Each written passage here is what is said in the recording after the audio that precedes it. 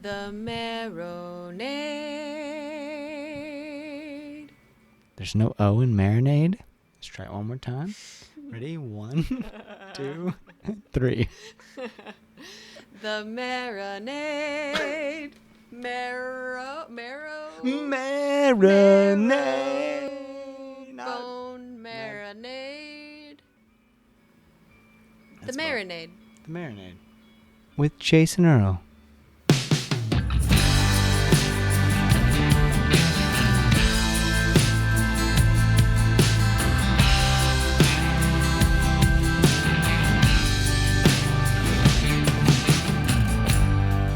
Wakes up again to a cigarette and calls a friend to pick her up and take her home. Somehow it doesn't seem right to leave.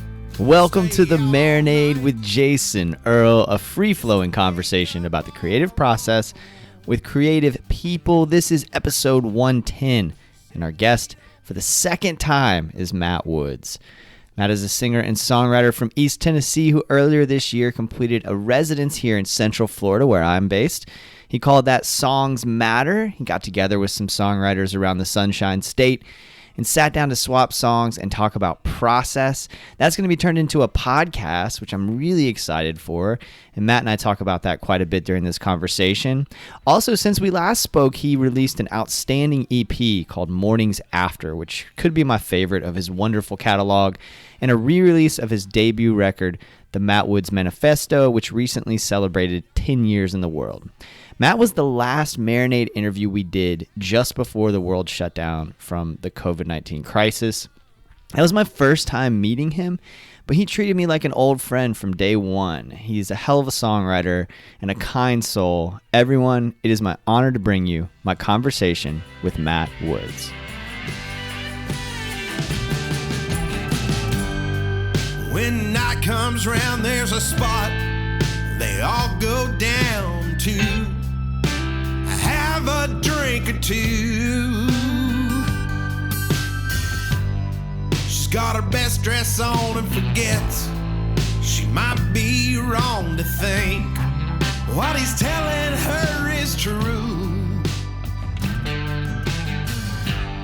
He swears there'll be a time sometime it'll be alright and he'll be there in the end.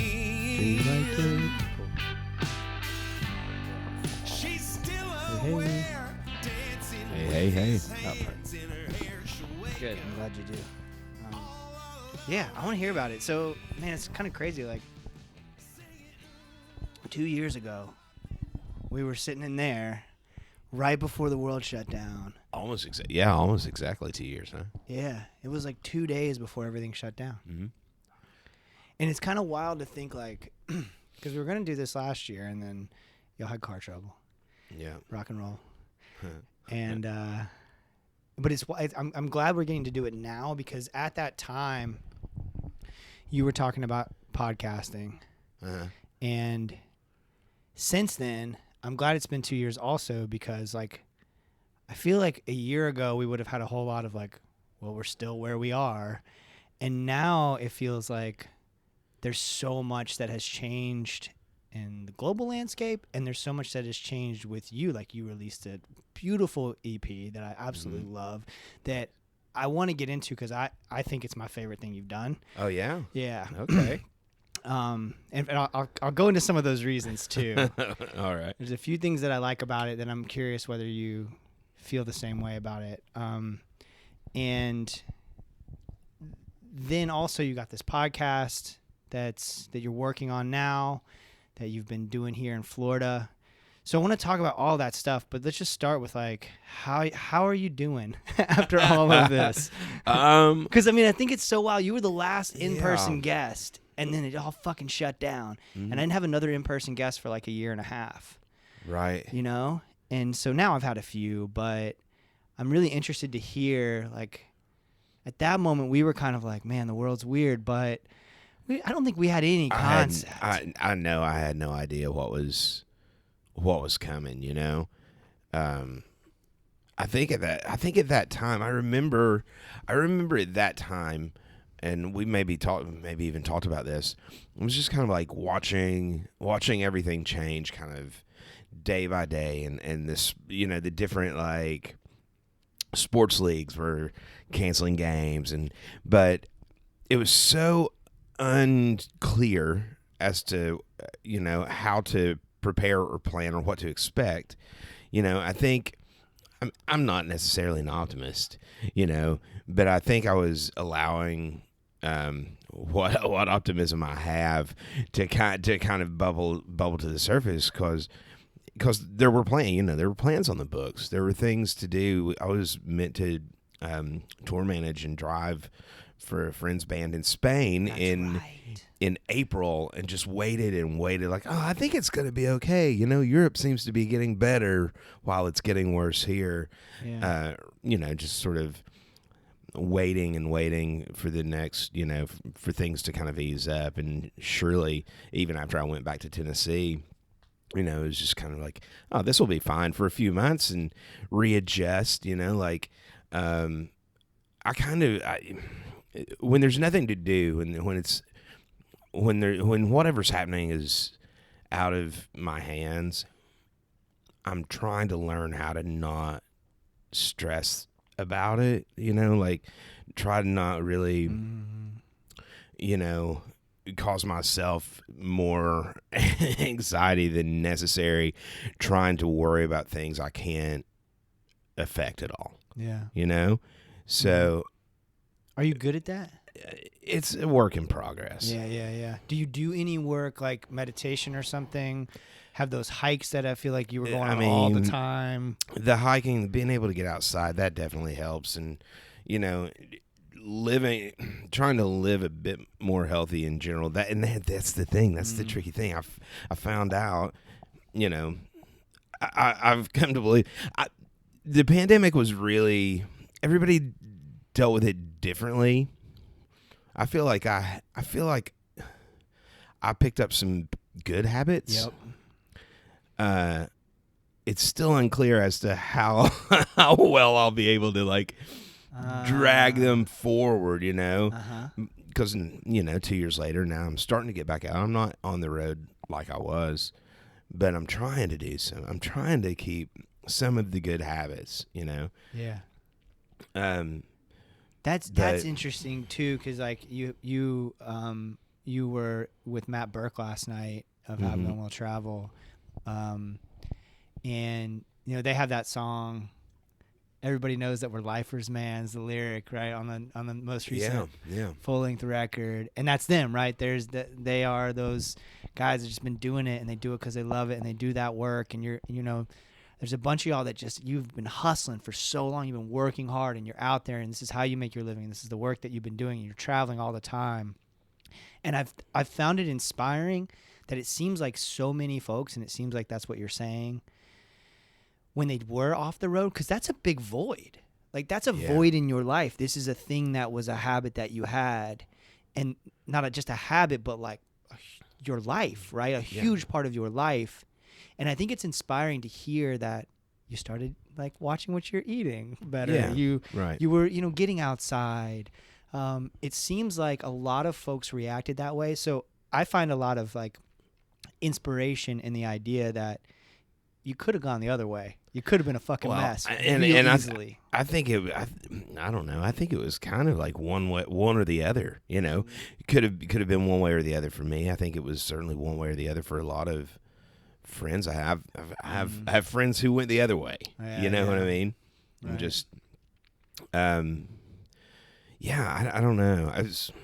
I tried to embrace it. Like, I tried to embrace the sort of inevitable downtime, right? So when I first got back to Tennessee, I'm like, okay, this is an opportunity to do some things I've been procrastinating, putting on.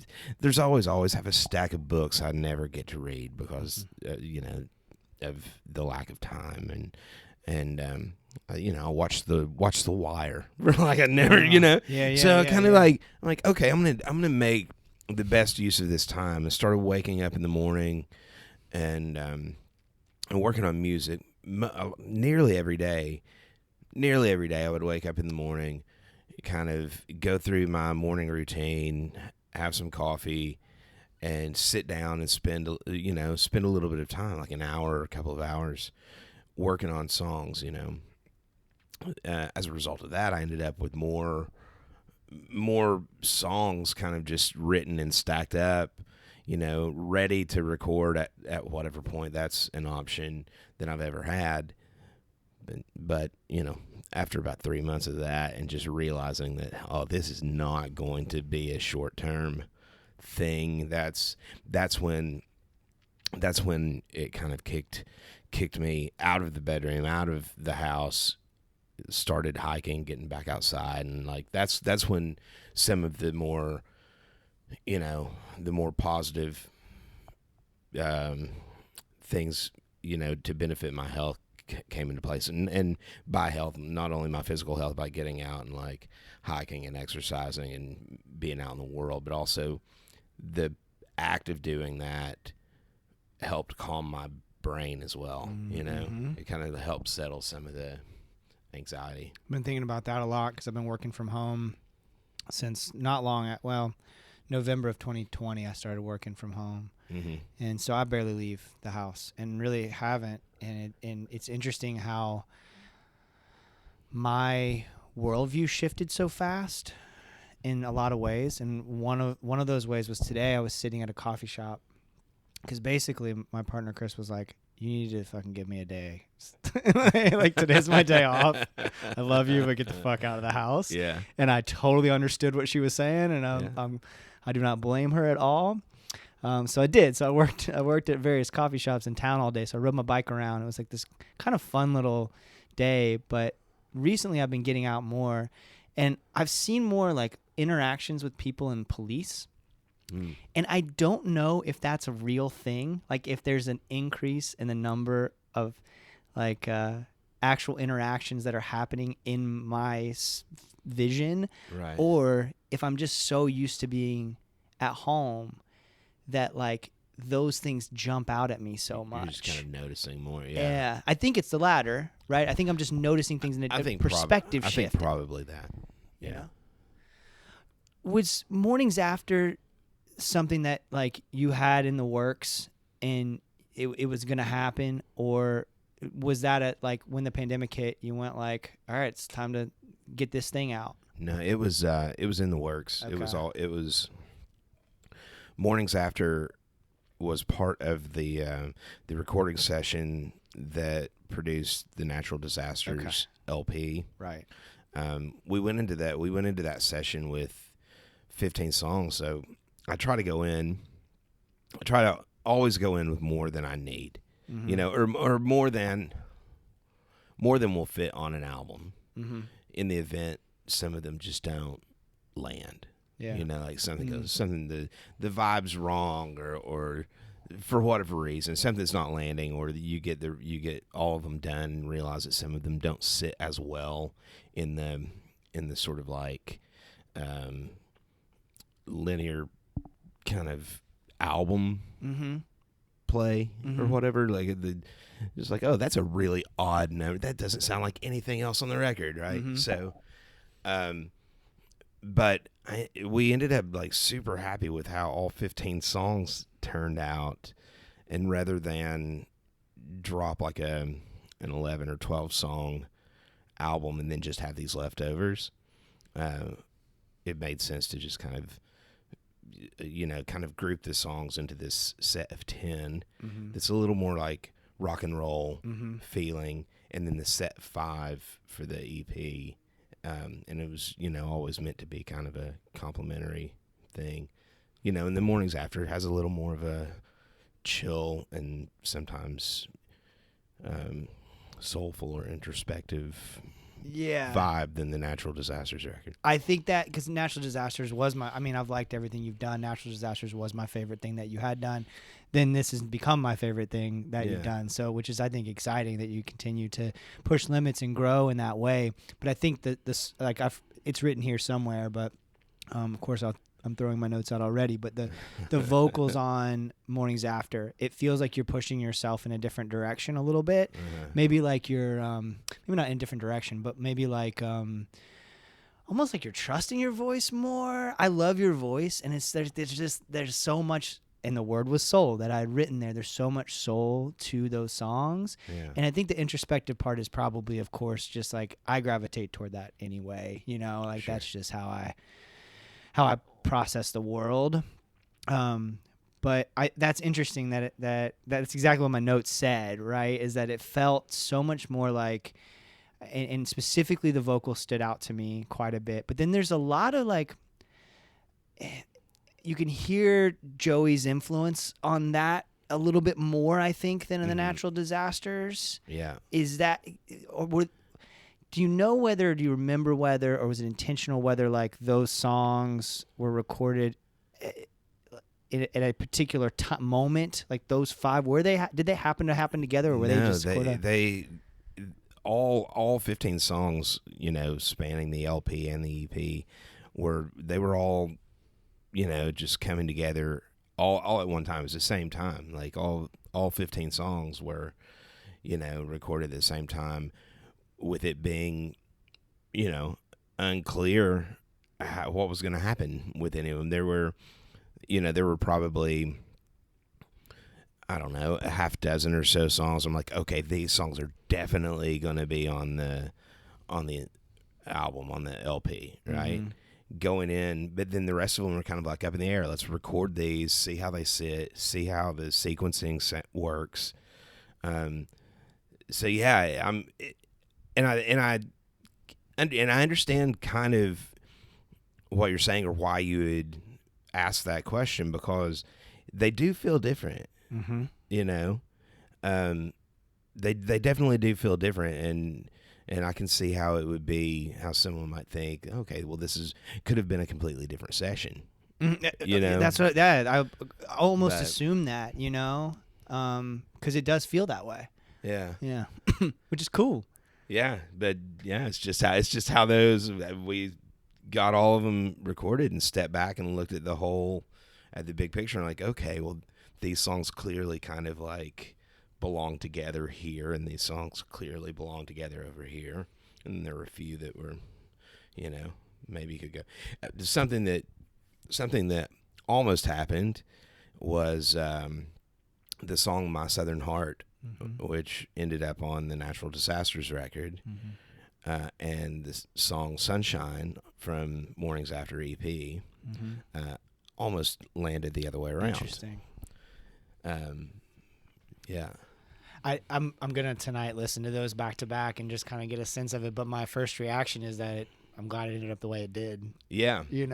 Yeah, and I'm happy in terms of those two particular songs. I'm really happy the way it ended up the way it is. And at first I was the one advocating for it the other way around. Joey and I were talking about the sequencing and how to make it sit, and I'm like, man, because Sunshine is a little more up tempo, is a little more rocking, and My Southern Heart is a little down tempo. But it was Joey's, it was his belief that it worked best keeping that My Southern Heart kind of down tempo tune on the Natural Disasters record to to provide sort of like a break. Oh yeah, that makes sense. Yeah, and it was right. He was right. He was absolutely right. Yeah, and for folks listening, because Joey Kanizer, who we talked about last time as well, but probably best known for his work in his incredible band Glossary that I just went back to again the other day, and I tweeted about it, and everybody was like, yeah, fuck yeah. Everybody was chiming in about how much they love that band, which we raved about last time, but it's worth re-mentioning just folks have context, and so that hopefully you're going to listen to that right now, after you listen to this. You can't... Yeah, I can't say enough about Glossary. They're they're just fantastic.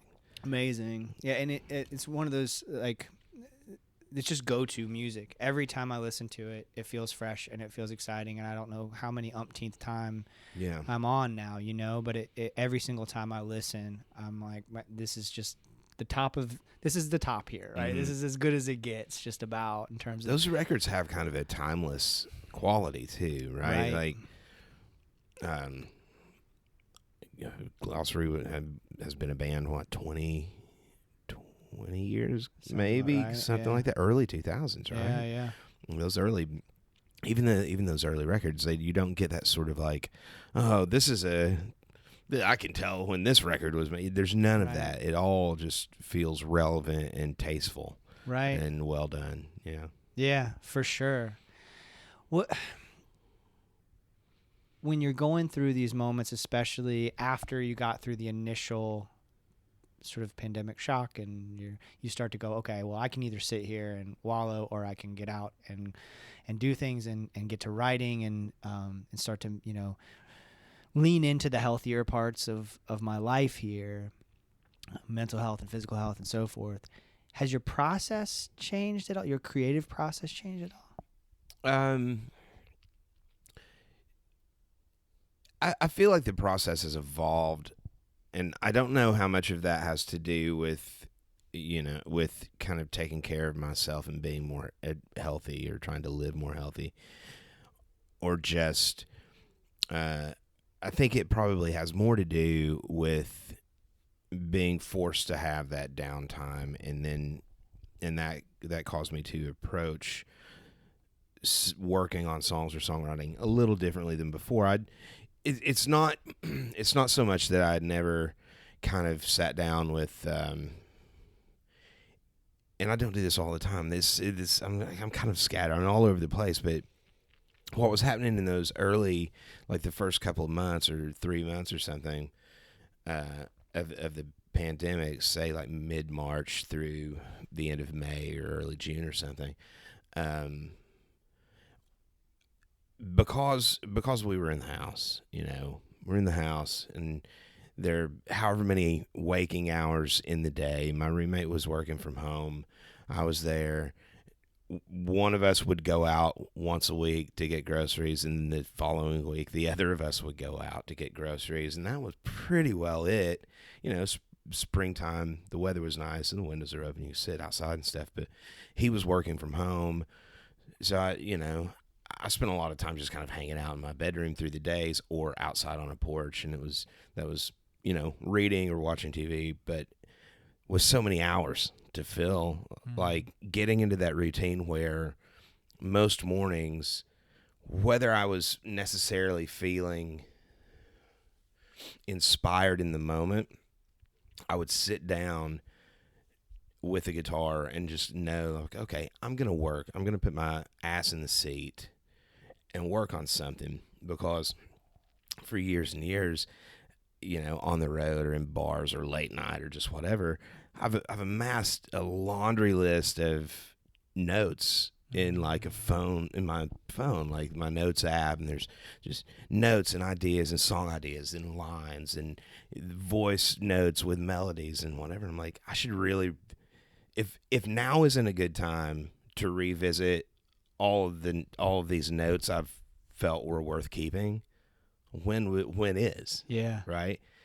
So, some days I would wake up and I would be inspired to like write something from scratch, like something would hit me, or would scribble something, but on days that didn't really happen or wasn't happening, I would go back to the notes and like, okay, let's see what's in here. Let's see if there's anything I can tinker with. Sometimes I got a song out of it. Sometimes it was just tinkering for an hour or two. Yeah. But it kind of like exercised that muscle and formed that habit. I do less of it now that the world is back. Okay. Which is not to say I don't do it at all. Like I'd still do that. Like I've carried that forward, not in the sort of robust fashion it was happening when no one was leaving the house except once a week. Right. But when I'm not traveling now, and I'm back in East Tennessee now, out in the country, so when I'm not traveling now, there's still fairly often I'll just wake up in the morning, have some coffee, go through my morning routine, and sit down with a guitar and work on some stuff. Man, okay, so do you think, and I don't don't know if you've been out playing. Have you? Well, let me start with that. Have you been, since you've been kind of getting back a little bit, have you been playing many of those songs? The new ones? Yeah. Yeah. I've been playing, well, especially now. So Okay. And that's a good segue. Of the songs, of the unrecorded songs that amassed throughout the pandemic, I took some of them into the studio in February to start work on the new album. Okay. So some of those songs I've started to perform live. And how have they felt out? Like, has it felt like, have you felt like there's anything different about those songs as compared to maybe your process before? Or has it felt like, okay, this is very much similar to what I was doing before, either in quality or in how you're just feeling about the songs? Has there been a difference in those that you were doing during that time with that particular process where you're going back into the notes? I don't think so. I think they still feel like songs felt before. Like they're all still coming from the same place. Right. You know, I'm not. They're all still pieces just pulled out of my head. You know, it's just that I'm revisiting, like, when going through the notes and kind of tinkering around that way, I'm just revisiting those things that were in my head initially at a later date. But they're all still kind of like coming from real experiences or real like inspiration that I've lived somehow or another, been witness to. So I feel like the songs, the songs don't seem any different than any song before. Just because the process changed, but yeah,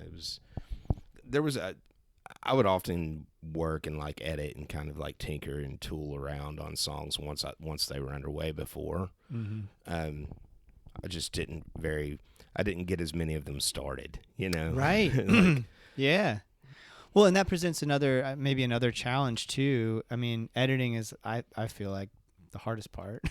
But I think for any creative work, and that presents another nice problem to have. It seems like that maybe you're being more prolific, it sounds like, but then you've got more stuff to kind of sort through, right? Right. To curate, mm-hmm. Which I guess is a nice problem to have, but it also kind of, it's interesting how like it's almost raises the bar for yourself. Yeah, there's that's definitely accurate. Like it's making me think more and more now, 'cause I'm trying to evaluate, you know, how much I can create, like how not like just writing for the sake of writing, like how much can I stack, but like I think when we went into the studio last month in February, I took 14 songs in to make an album. In the same kind of theories, like take more than I'll need or whatever. Yeah. We went 14 songs, and left like a dozen other songs off of the project altogether, you know? So in my head now I'm sort of like, all right, and they're all finished I believe they're all finished. I believe the songs are like fully realized in regards to the writing. You know, there's work on the arrangements and the recording and all that to come, but the songs are written. But now it's like, okay, I'm starting this project. I'm working on this album. It may come out in 2023. Vinyl production is so far behind that it's not coming out this year any way you look at it. Right. What do I do? Now I'm sort of faced with, I'm continuing to write new songs with this surplus of songs sitting. How many records can I make? And how many records can I have in the can or afford to have in the can but not released? Yeah. You know? Yeah. I mean, it's a good problem to have, I guess. I've definitely gone through like album cycles where at the end of it, I know it's time to make another record, but I've only written 3 or 4 songs. I'm like, oh, Right. shit. You know, that's happened to me far more often. Yeah. Man, it's not the same thing, but I'm just like relating to that in terms of the creative work that I do. I was thinking earlier today about how like this is your second appearance on the show, and we've had a few, 2 and 3 appearance guests. We've had 1 3 appearance guest. That's Seth Walker. Everybody, a few others twice. Micah Schnabel's been on twice, and Casey Anderson, and we've had BJ Barnum. A few folks have been on twice. But a lot of that early on was just sort of like, I know this person, and I like talking to them, and I know they'll do it again. Yeah. Whereas now I'm at a place where it's a really nice problem to have, but I got way more work than I have time, right? And I don't want to put anything out that's not my best effort. Mm-hmm. And so, and I feel also like at this point in the show's life that I've gotten so much better at this that I'm proud of those early things, but I feel like I'm getting better and better and better. And then I want to get pickier, but at the same time, I don't want to leave an opportunity on the table. And it's like, it's a similar feeling. It's not the same thing, but it's a similar feeling of like, there's almost like a freedom to not having all that stuff. Once you get to a certain level, and I'm not talking about the show in this way. I'm talking about you as an accomplished songwriter who now has couple records in the can potentially, of songs. It's a nice problem to have, but at the same time, you don't want to leave out something that might change somebody's fucking life. You might have a tune on the shelf right now that becomes somebody's favorite song that that's a really interesting problem to have. Yeah, and honestly, I'm still unclear as to how I'm going to deal with it. It's so this is on the same sort of topic and the same kind of thing. There's this current situation, right, with the surplus of songs sitting and trying to figure out how to make these records while continuing to write new songs. And but we remixed and remastered my debut album last year for its 10-year anniversary. Right, the Matt Woods Manifesto. Yeah. And that's a record I did with my friend Dave in Knoxville, Tennessee. And Dave and I we're brothers. We played in bands together. I've made several records with him. We're super close. So we're just on the phone and talking about this thing, and we stay in touch quite a bit. But through the process of remixing that Manifesto record, he's on the phone with me. He's like, we have probably like half a dozen other tracks that just never made records on my hard drives, right? Wow. And I'm like, oh yeah, I guess so. I don't think of them. Yeah. The songs that make the records have made the records, and you go through the whole process of mixing and mastering and supporting and releasing and writing a new record and take the new songs in. At some point along the line, I'm like, oh man, I should maybe see what's out there. And I don't know, maybe this is, I guess it's how bands end up releasing those B-side compilation albums and stuff like that. So maybe record store day release or something, 2050 or whenever you can get records made, printed. That's a huge. That sucks, man. The final production thing is a huge frustration. Do you have physical copies of Mornings After? Did you get that done at least? That got done. Yeah, okay. So that came out in fall of 20, and they turned those records around so fast. It was maybe the fastest turn time. I'm using the same company as always, but Manifesto had never been pressed vinyl. So the 10-year anniversary was an opportunity to do that. But it's so long, and we included another 4 tracks on this anniversary edition. So, there's 16 tracks in total, which forces a double LP. Right. But I ordered that. Oh, what would it be? Early July of last year. Approved the tests in October of last year. As of last week's email communication, projected production of August of this year. That's not projected ship date. That's they think they're going to start pressing those records Wow. in 13 months after the order was placed. And Right. I don't know. I'm hoping it's getting better than that, but that's concern for my desire to release albums on vinyl. It's a concern. Yeah. You know.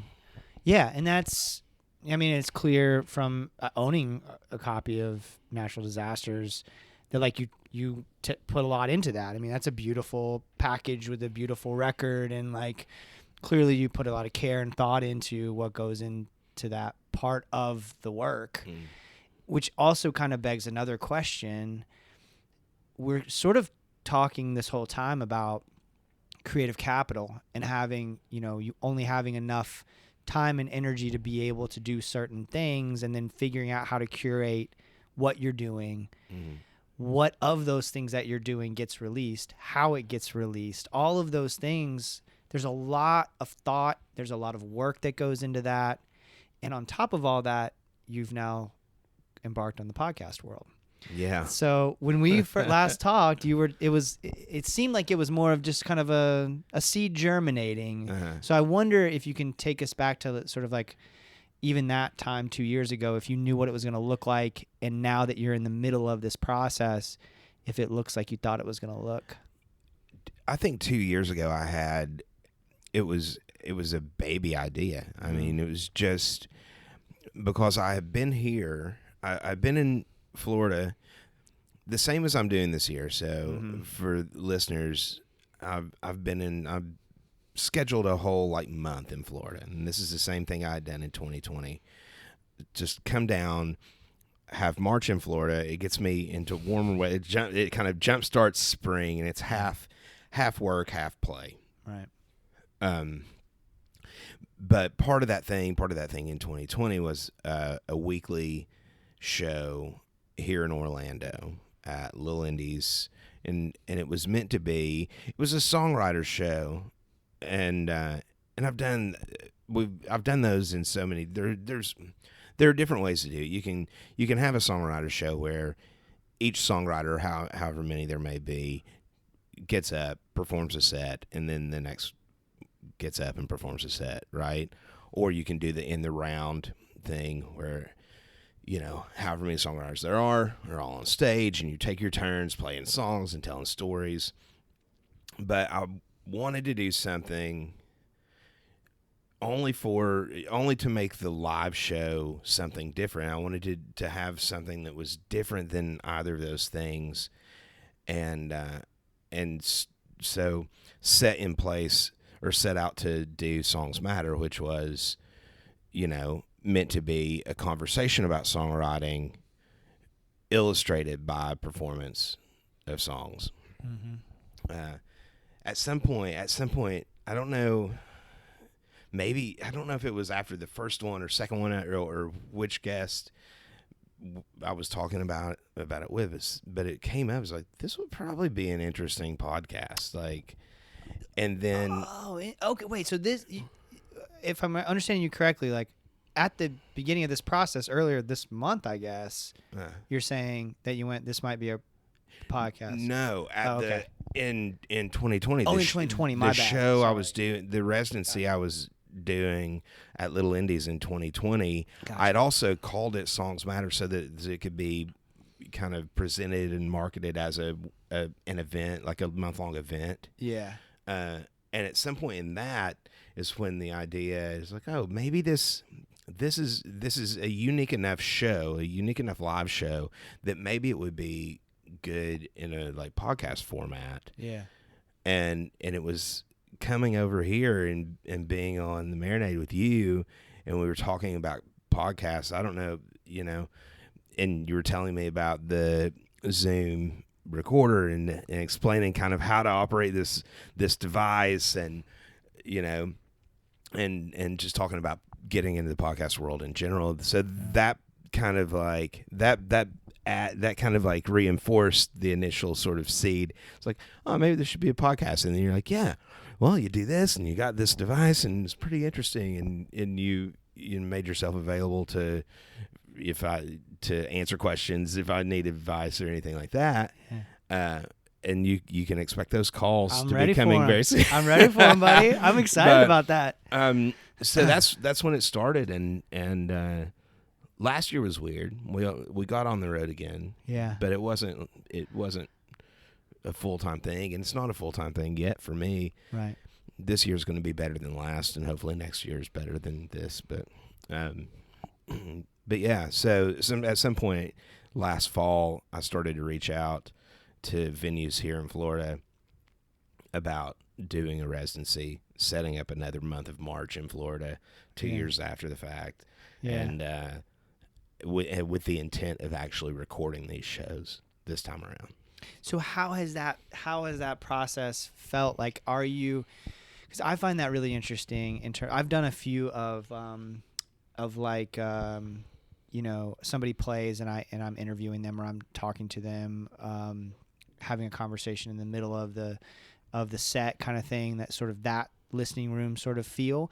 But I'm not playing myself. I'm just asking questions. Mm-hmm. So I'm curious about that in terms of like flexing those creative muscles, because interviewing someone, having a conversation even, is a bit of a skill. It's a hell of a skill itself, right? And it's something that flexes kind of different creative muscles from playing songs. Right. So how comfortable were you, especially knowing it was being recorded, right? And you're going to release it.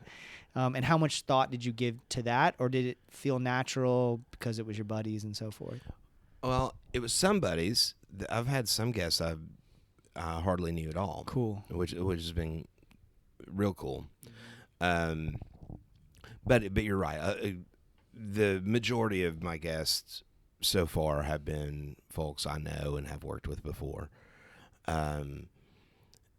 But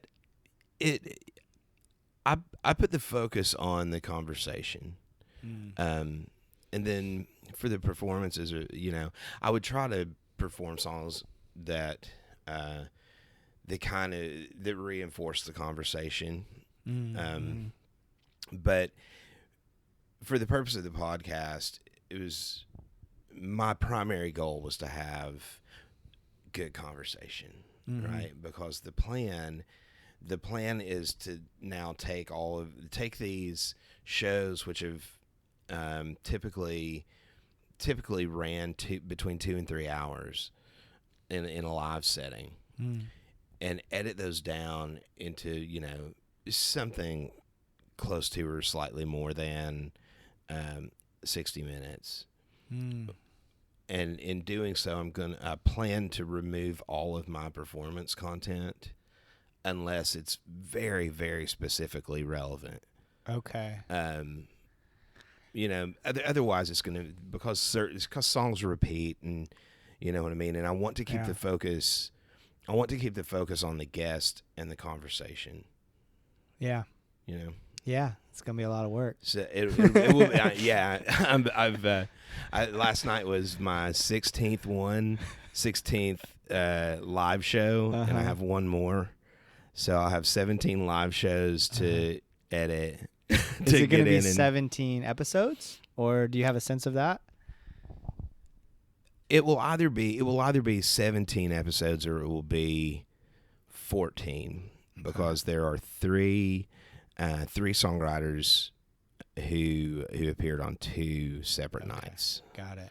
Right, and I don't know yet if those will be just kind of like a longer podcast, or if I'll try to break them into 2 parts. That's interesting, man. Yeah, call me. I'm here for it. Yeah. Like this, because I'm excited about hearing the end result of this too, because that's a really compelling for somebody like me who feels like songs matter a great deal, right? Yeah. And who loves that kind of thing. That's really compelling to me. I'm interested to hear how much, when you go back to listen and you do the editing process, because that in itself can be a creative process. For me, it's kind of simple, because usually I'm pretty much try to get out of my guest's way and let them talk, and they're interesting, and it's just, I don't have to cut much, unless sometimes like you and I went for 2.5 hours or whatever last time. So I had to cut it at some point, but so sometimes that happens. Van Plating and I'm wearing my Van Plating shirt today. We're just friends. And so it just, next thing I know, I'm like, well, shit, man, I can't put out a 3.5 hour podcast conversation, you know? Right. But it's interesting when you go in, because you're going to have a lot of editing work to do, like what you decide to keep and what you don't, especially how many of your songs that you go like, well, shit, man, like this is germane to what we're discussing. Right. It flows nicely. That'll be a really interesting creative process. Yeah. And I don't really know. I've tried to. There have been a couple of times, but only a couple of times, really. And I think I'll have a better idea, like listening back. But in the moment, in a couple of different, performances or whatever, a couple of different evenings of doing the Songs Matter show, there have been just maybe 2 or 3 times that in the moment I'm like, ooh, I think this song might have to stay in, because for whatever reason, because it was either brought up or set up by my guest, or just really very, very specifically connected to the conversation, and a conversation that began before I performed it and followed afterward, where we talked about parts of the song. So I'm curious. I'm also curious to see how many of those are in there or not, and I'm also toying with the idea of maybe setting up like a Patreon or something where, the whole thing, all of the performance, everything can be out there if somebody wants to access that. I think that's a great idea. I think that's also a good thing to think about in terms of all these songs that you have, the ones that may not make it onto a record right now, or you don't know exactly where they're going with, with Patreon. Yeah. Yeah, I mean, it's something to think about. Were there surprises? Like, did you find yourself, or maybe surprises isn't the right word, but I would think that in this process of talking with other songwriters, and it's a pretty unique thing that you're doing with Songs Matter. And were there moments that like maybe either surprised you, or that you sort of like were learning lessons that you didn't know were going to be there, or that weren't readily apparent? Any moments like that? And if there weren't, we can cut this out. So it's not There were a couple of surprises. There were definitely a couple of surprises, specifically like one, for example, was I tried to instigate a conversation about editing, or the editing process, with one of the guests, who replied, "Nope, don't do that." I'm like, oh, nope, just comes out the way it comes out. And I'm like, oh, huh, okay. Yeah. And was that Matt? Can you say that? Was it Matt Burke? Because I know it if was, you look at his handwritten songs, yeah. there's no like marks on them or anything. Yeah. No, it wasn't Matt. Okay. It was Kaylee. Oh. Yeah. Kaylee Baker, for folks listening. Yeah. Who's just incredible and needs to be famous. Yeah. Interesting. Actually, I think it was Kaylee. Okay, well we can But hold off on that and Yeah. cut it out if that didn't. if you go back and you're like, that wasn't Kaylee. Yeah. Well, I thought it was Matt initially because, like, he posted on the last record on Instagram. He posted his notes, and I asked him about it because he posted like the lyrics, and he was like, "Nope, that's just how it comes out on my head." Yeah. And I was like, "Wait, what? You Yeah. write like that? How does someone's brain work like that? You know?" So I wonder if anyway.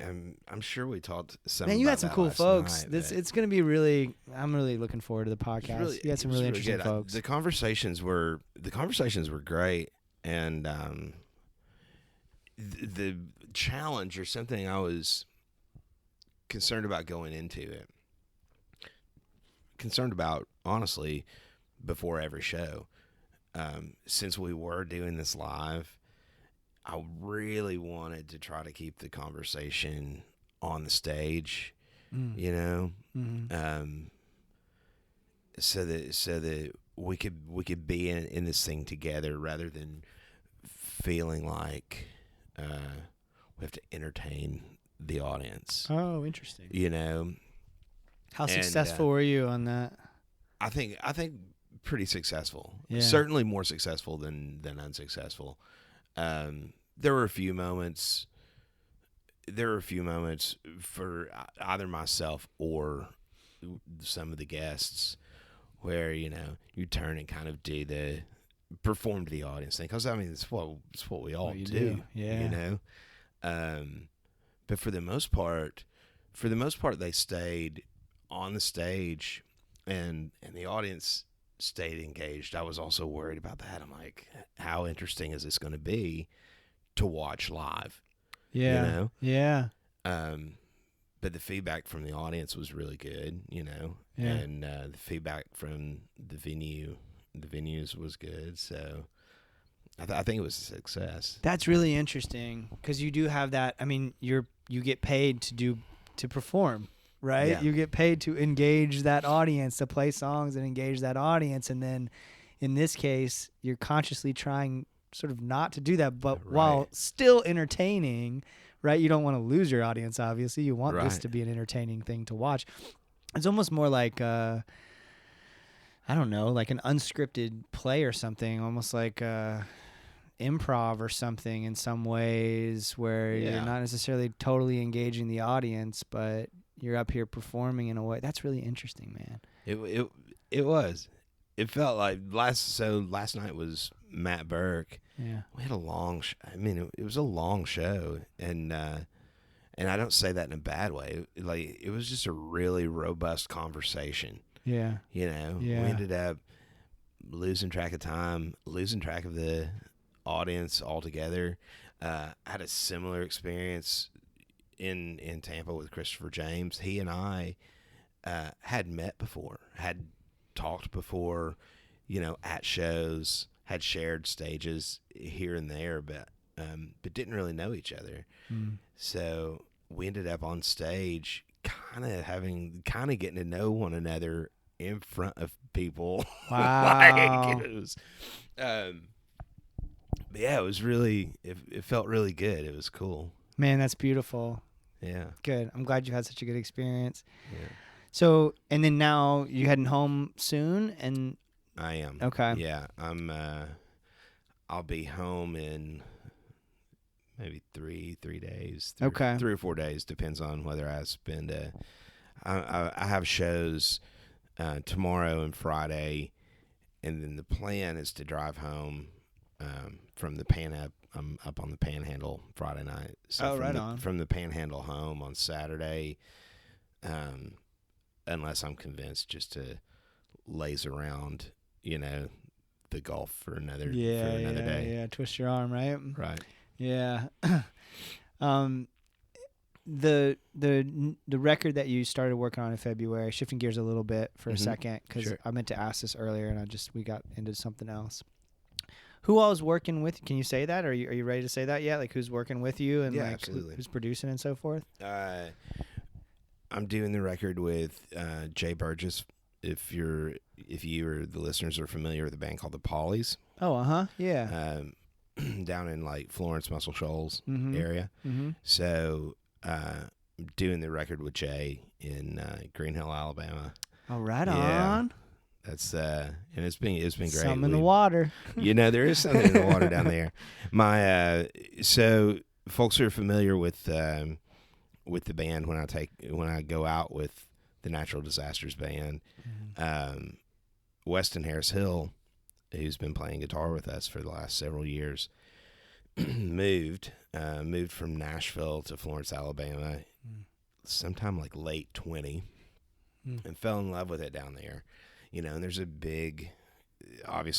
huge like music group of, if not a huge music scene, a huge sort of like recording scene and a large community of musicians. So he fell in love with it, and almost immediately was in my ears like, okay, you should do a record down here, man. You should do a record down here. And I'm like, okay, I'll consider it. And last year when we were on the road with the band, a lot of the time, a fellow named Spencer Duncan was playing bass, and Spencer, originally coming from Middle Tennessee, has been living in Florence now for the better part of a decade, and is the bass player in the Pollies as well, as well as hiring out and touring with any number of Nashville musicians.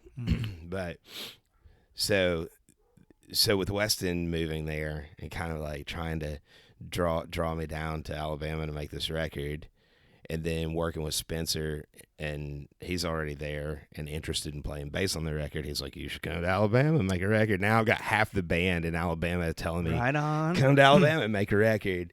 And Jay and I have known each other for quite a few years. So I got on here's the thing. I meant to go down there the weekend after Thanksgiving. The Pollies were playing a show on Black Friday with Billy Allen. So sorry, dude. Let me check that's all on good. That sounds like they're being not so good. Okay, so before the ruckus, we were talking about how your whole band is now in the. Yeah. Okay. Well, yeah. So now Weston and Spencer are in Florence, and urging me to consider going down there to make the record, and make the record with Jay. So in my head, I got this plan together. I'm like, okay, I'm gonna go down because the Pollies and Billy Allen were playing on Black Friday. So I was gonna go down and just spend the weekend after Thanksgiving in Florence, just to get a feel for hanging out, like just to hang and like, okay, is the vibe right? Is this gonna be what we're doing? But I came down with COVID. Oh no! Full circle, full circle, everybody. Yeah. So it's instead of going down and hanging, I'm just like, I got Jay on the phone, and we had kind of like not a super late night conversation, but like we got on the phone at like 10 p.m. or 11 p.m. one night, talking about making a record and what it would be like and how, and really we just ended up kind of shooting the shit, and we ended up telling stories about Chris Porter, who was a friend of both of ours, and I'm like, all right, we were on the phone like 3.5 hours, just kind of like hanging on the telephone, like drinking teenagers beer or like something? teenagers. I'm like, Yeah. all right, Yeah, let's make this a is gonna record. work. This is gonna work. We're gonna make a fun record. Man, that's great. What a fun story. Other than the COVID part. Yeah. So is it sounding like? I mean, I have to connect these dots, right? You just came off of this releasing not just came, but your last EP was more soulful. Yeah. And now you're in Muscle Shoals making making a record with your band. Is it feeling that direction, kind of Mornings After direction? It's maybe feeling more like if you mashed up Mornings After and Natural Disasters. It's a feeling like a rock and roll record, but with these elements of kind of these kind of some soulful elements, and also some some pretty I don't know. I think there's some pretty unique sounds and arrangements for what we're doing, like as opposed to what's come before. I don't know how to exactly get into that, but Right. we could say that there's some fuzz bass and there's also some conga drums. Hell yeah! Hell yeah! That's Yeah. great news. So it's it's Oh, really fun. It's really fun. I've had a blast, but as excited and stoked as I am, and I am starting to play in the shows I've been playing down here this month, I have started to kind of play some of the new songs live for the first time. But it's just so up in the air as to when this album may see the light of day, or at least like a full release. I anticipate being able to release singles and maybe do some like music video work and stuff like that middle of this year, like at least maybe like into the summer at some point. Cool. I would like to in the summer or at the latest by early fall have at least the first single from the record come out. Okay. And maybe just I think the timeline for all of that's gonna, in part, it's gonna depend on what I can reasonably expect in terms of getting vinyl production going. Interesting. Yeah. You know, if it's gonna be fall of 2023 by the time I can have records in hand, then I don't want to have another release date without vinyl in hand. Yeah. So, man, I hope y'all get some. Y'all being everybody who makes records for a living, get some fucking relief on that. You know, at some point soon. Because I really feel for you on it. Well, I will say, like, one of the things I've tried to do as a consumer of music is you see my stack of CDs. Most of those I've bought in the last, 6 to 8 months, year. Right. You know, and part of that was I finally bought a car. I didn't have a car for a while, and I finally bought a car, and it's got an old it's got a CD setup. player. Yeah, Nice. It's got an old setup. But we had this CD player that I bought years ago, and it syncs with everything just fine. And, man, they sound fucking great. They're portable. Yeah. You know, you still get the artwork. It's not the same as, especially like a beautiful gatefold vinyl with color and everything. Of course, I'm still going to, as much as I can, get this. But as a consumer of music, and I hope folks out there, and I know folks that listen to the show are cognizant of this, but as much as possible, I'm trying to buy physical copies. And if the vinyl's not available, I'm going to buy the CD. It's a huge help. There's been so much discussion in recent years about how the streaming platforms have changed the music industry and really kind of like walloped, income, especially for independent artists, Mm-hmm. Buying a physical copy goes a long way. A couple I bought recently. So BJ Barham, of course, the king of merch and so forth. Oh, yeah. And marketing. He did this $5 sale on his CDs, and some of these I already had on vinyl. But I was like, well, now I got this copy, and it's always you still get the liner notes, you get the booklet with the lyrics and everything, and the beautiful artwork. I just bought on Bandcamp Friday. I picked up Micah's the new Norman Rocco because I realized I just didn't have a physical copy, which I thought was strange because I love this record. And it's got, Vanessa Jean Speckman's beautiful artwork on it. So you still kind of get vinyl is going to be my preference, but I'm really leaning into CDs because you still get a lot of that benefit. And they sound good. They sound great. Yeah. Yeah. Audio quality on CDs is really good. It's really good. It's far better than your download quality or than your streaming quality than, Right. But I was a vinyl collector as a kid, and I'm damn old now. Yeah, I was a vinyl collector. Maybe not collector. That's maybe too strong of a term. But I was buying records when I was a kid, when Walmart was still selling records, before they quit selling records, started selling CDs, and are now selling records again. Yeah. I remember in my teenage years, so where I grew up and where I'm living now, I'm back in East Tennessee in Roane County, about 45 minutes outside of Knoxville. But by the time I got my driver's license, the weekend journey was into Knoxville most weekends for a full afternoon at Lost and Found Records, just, sorting through records because in the, what would that be? The early 90s, CDs were a thing, and I was definitely buying CDs. I was in Columbia House Music Club and all of this stuff. Yeah.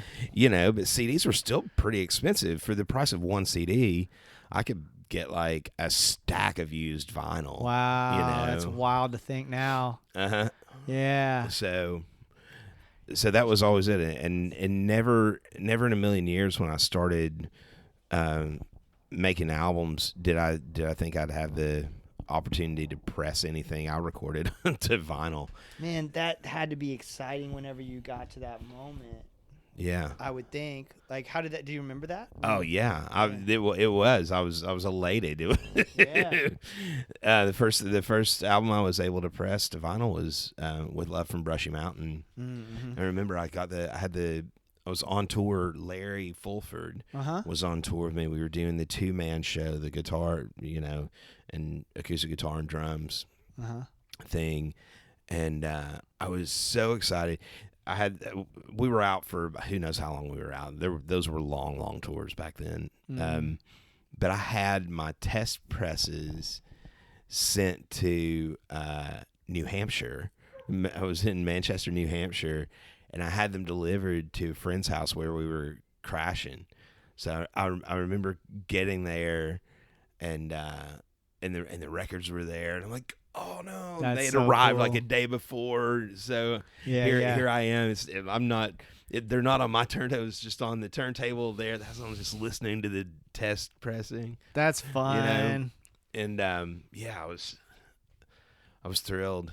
And now it really, like, it just sucks that it's taken so long to get them. But at this point, as long as pressing vinyl is a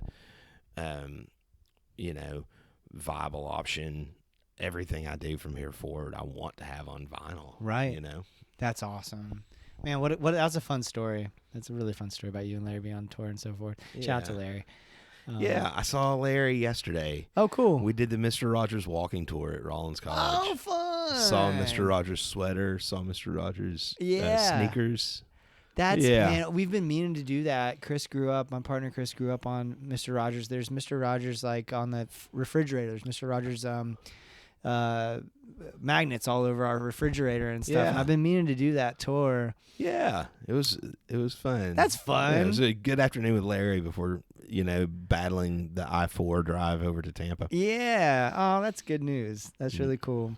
Well, I was just searching while we were talking because you mentioned Columbia House back in the day. For folks who aren't that old or don't remember, Columbia House was like this. You got like a booklet, and you would check off which CDs you wanted. But if you didn't pick CDs, they would just send you one. Yeah. And then you'd have to pay for that CD, and it was through the mail. And as 12-year-old me or whatever that was doing that would of course forget to pick the ones I wanted. Yeah. And so I learned about so much music that way. It was like the algorithm before there was algorithm, and I was looking for the record Red Hot and Country, which I have the CD of, and it was just such a cool, like, compilation. It was Wilco's first ever recorded song was on there. Really? And, like, Johnny Cash is on there singing with, like, Jimmy Dale Gilmore or somebody. Like, it's just the wildest thing. Like, check that out, anybody listening, Red Hot and Country.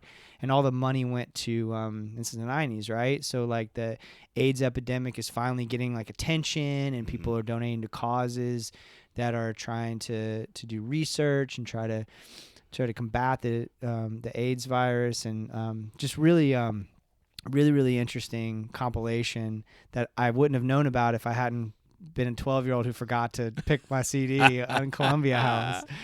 Speaking of which, what are you getting down on now? What art has you fired up? Have you, in that stack of books, have you found something? You've been listening to a record? Yeah, so I've been, honestly, for the last little while too, I've just been listening to so much Menzingers. Oh, interesting. So, yeah. Cool. Okay.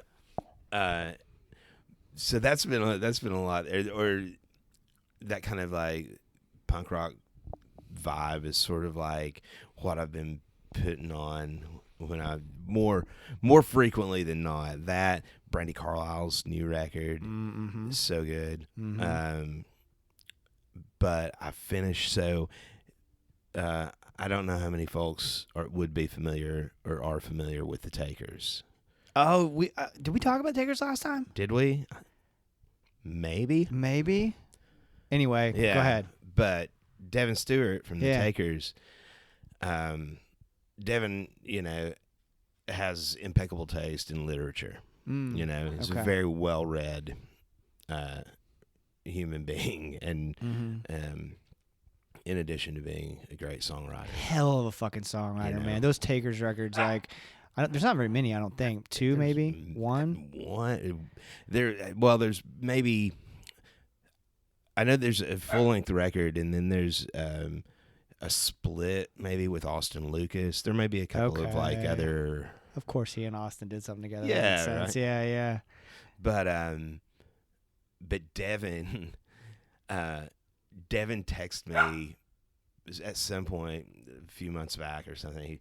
He texted me. He's like, "You want to know what your favorite book is?" Because I was also, pretty confident, that Devin Stewart. And I'm like, hit me with it. He's like, "The Brothers K. Buy it, read it now. You'll thank me." And it was published in the mid '90s, but it was just this epic tale of this family in the Pacific Northwest, spanning decades. The father was a minor league ball player, and anyway, the mother was a Seventh-day Adventist, and anyway, it was this huge sort of like, it would make a 4-hour movie kind of thing, this huge epic tale of this family. It's wildly entertaining. Man, this is great. I did not expect a Devin Stewart Takers appearance during this episode. Yeah. And I used to, like, every time he would play, I remember one time, and I'm not holding this against him at all. It's kind of a fun story. Like, I don't know him at all. I'm just a fan. I just have met him a couple of times because I'm a fan. This is years ago, man. It was at the old what was called the Covered Dish in Gainesville. It was called, I think it's High Dive now. Okay. In Gainesville. Yeah. You know what I'm talking about? That I know room? High Dive. It's right there by 5-Star Pizza. It's right there by 5-Star Pizza. Yeah, Exactly. And he had a band called the Snake Healers. Oh yeah. After the I Takers. remember that band. Yeah, and I don't remember where I first. Oh, I know where I first saw him. Coming full circle on our conversation about Micah. He opened for Micah Schnabel. Or maybe the other way around. I don't know. They played together, I think, maybe one night solo at that same venue. And I asked him if he was gonna play any Taker songs. And he just looked right at me. He was like, "I'm not gonna play any Taker songs." Yeah. That's how I remember it, at least. But and he just played a kick-ass set of Snake Healer songs instead. That sounds very accurate and on brand for that time period too. Like, yeah. This is probably like 2009 or 10, I'm guessing.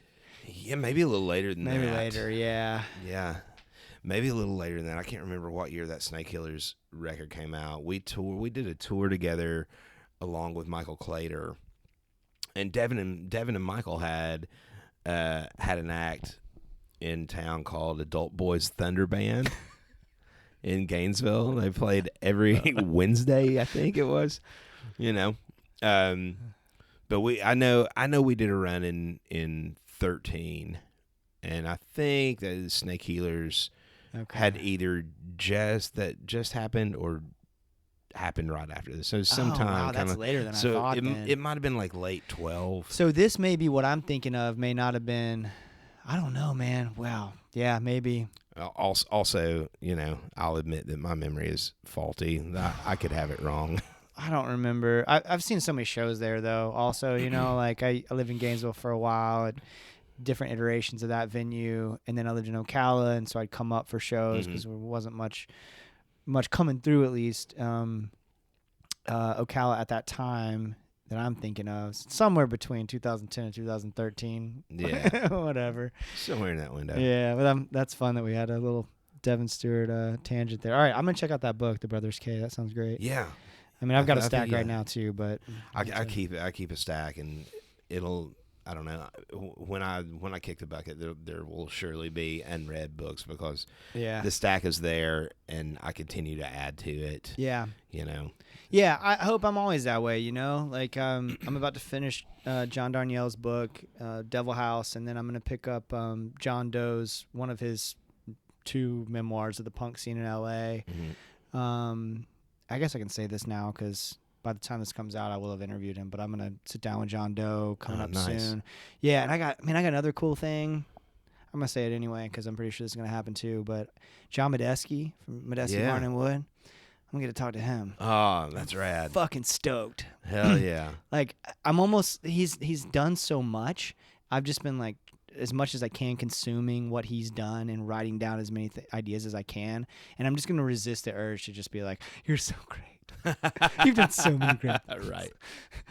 1 hour of me telling you how great you are. You know, Oh, that's gonna be that is gonna be great. Though. it's gonna be cool though, Oh, right? It's gonna be way cool. And it'll be flexing different muscles too, you know, because I love jazz and that's a different kind of jazz, you know. But he also does all these other wild things. Saint Disruption. Have you listened to that project that he has? I'm not. So they had a record come out like last year, the year before. This guy Jeff Firewalker. Oh Jesus, I forgot his last name. Anyway, he's like this. It's like shaman kind of character, right? And they met in South America in this sort of shamanic retreat sort of thing, the spiritual kind of retreat these two guys did, he and Medeski. And so they have this kind of wild project where, you know, Medeski does the music and then Firewalker does like the spoken word sort of thing and sings sometimes. It's out there, man. Yeah. But it's like worth checking out, you know? Right. So I'm really stoked for that too. Well, dude, this has been such a pleasure as Yeah, always. thanks for having me on. You've given me more time than I could have asked for, as always. Again, and I appreciate you so much, man. Yeah, thanks for having me on. You did a great job. Awesome.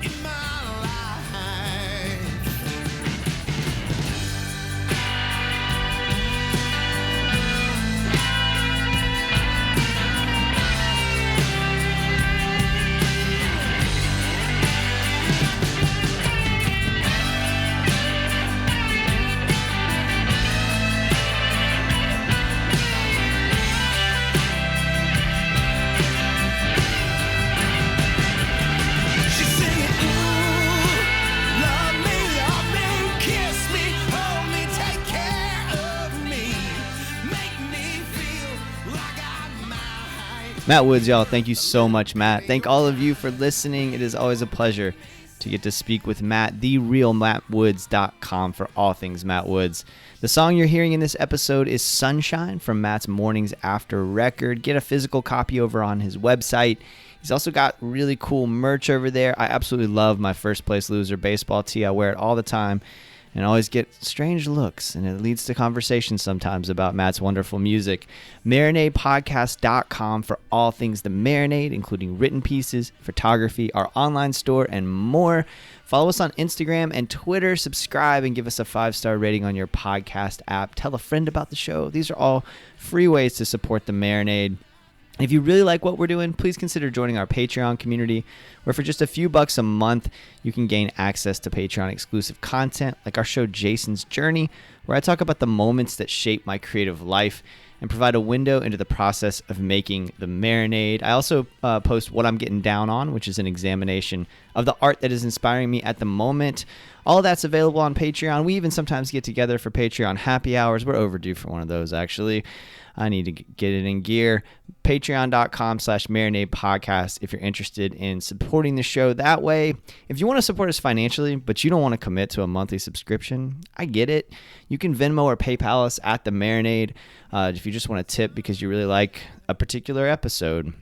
All the money goes right back into the making of the show. Right now, we're saving up to cover the Philadelphia Folk Festival. Some really, really great acts are going to be there, and we're really grateful for the opportunity. So I'm excited about that. If you can swing it, we appreciate the financial support. But above all, just thank you so much for listening and supporting this thing, telling people about the show, interacting with us on social media.